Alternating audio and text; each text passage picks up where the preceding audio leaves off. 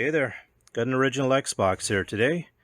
This one has obviously had a prior repair attempt on it, and according to the listing, it did not work. I know I've done one of these before, but it's really slim picking in these parts in terms of finding broken consoles.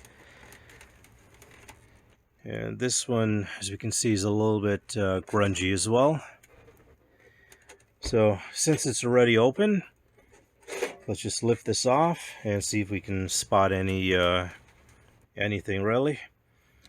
Well, right off the bat, we've got this nice little indentation here where I assume this thing was resting on it. Hopefully this cable still works. Gonna assume the drive's okay for now. So far, looking good on the motherboard. Oh, okay. Think I've spotted a couple of issues. We've got quite a few capacitors that are bulging out.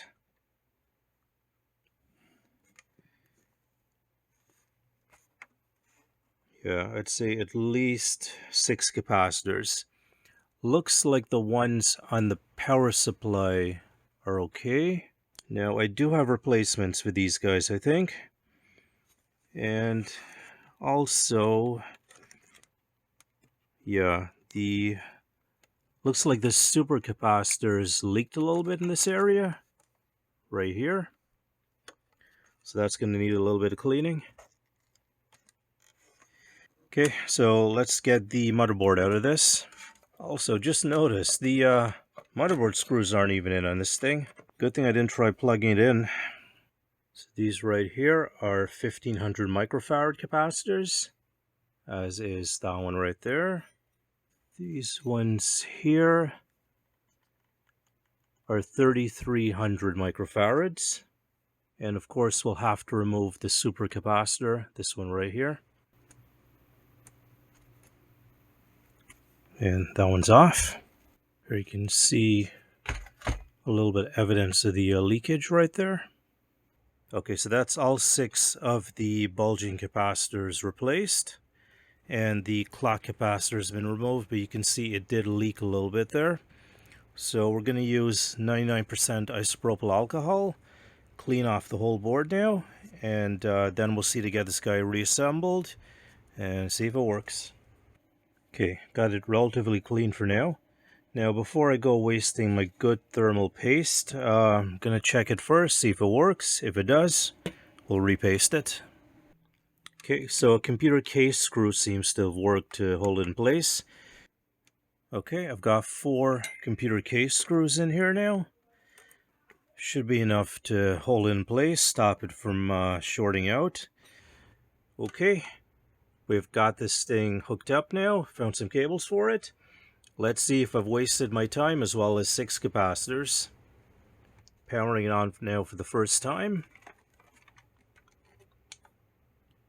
We've got a green light, that's good, and a logo on the screen. Looks good so far. And that doesn't look so good. We've got error 12. Okay, let me figure out what this means. Back in a bit. Okay, so error 12 means there's something wrong with the DVD drive, or the yellow power cable, or the ID cable. Because we know there's this little issue going on with the ID cable, let's eliminate this from the equation first. Got 2 spare ID cables. We'll plug that in, see what happens. Okay, new ID cable's installed. Let's power it on, see what happens.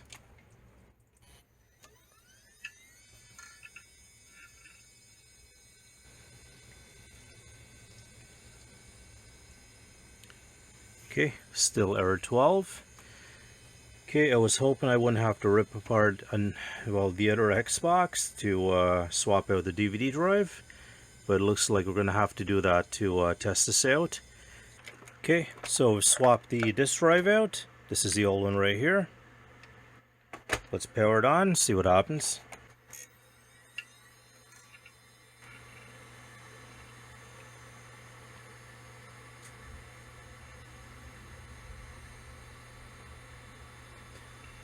Don't believe we were getting the Microsoft logo before, and there we go. Okay, so there is something wrong with this disk drive. Let's see if it's possible to get it fixed. Start by taking this shell off right here, and now these 4 screws.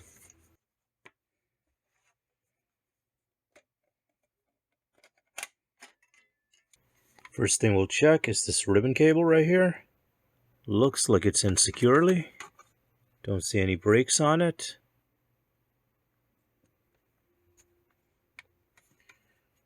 Okay, next thing we check is that dotted board down there.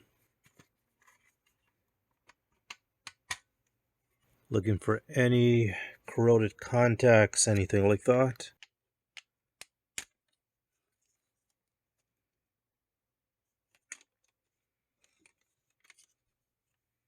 We'll undo this cable right here.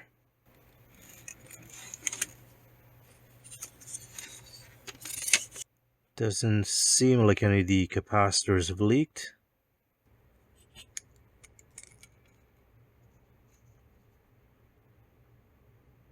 Contacts look okay.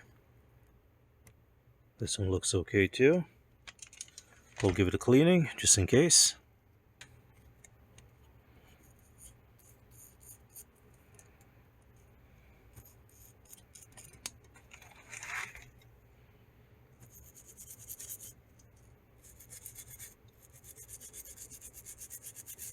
Board's also a little sticky. I wonder if something did leak on this.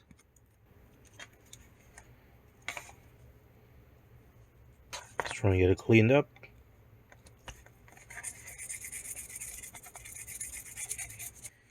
Got a bad feeling it might be one of these 3 chips that might have kicked the bucket. Okay, gonna do a rudimentary check to see if there's any blown capacitors. So this pin right in there, this first one, that's the ground.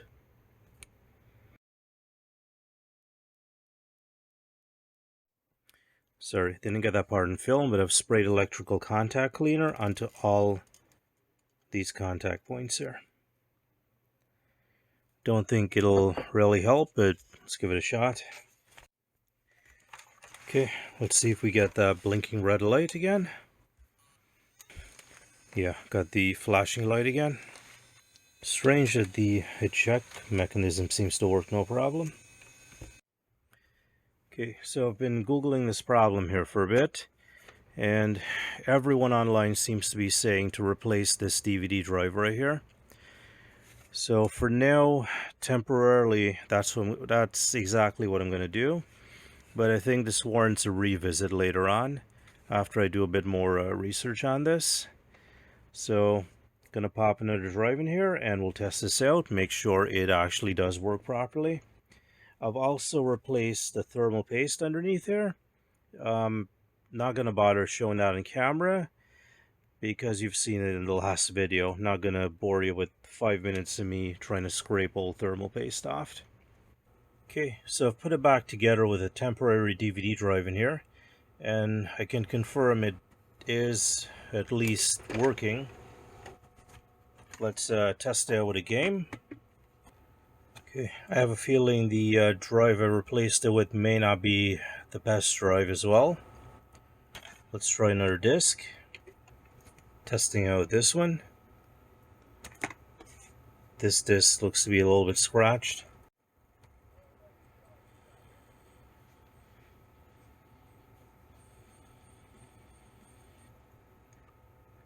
Looks like it works. So we'll come back to this DVD drive in another video. Got to do a little bit more research, try and figure out why exactly it's not working okay. But for now, see you later. Take care.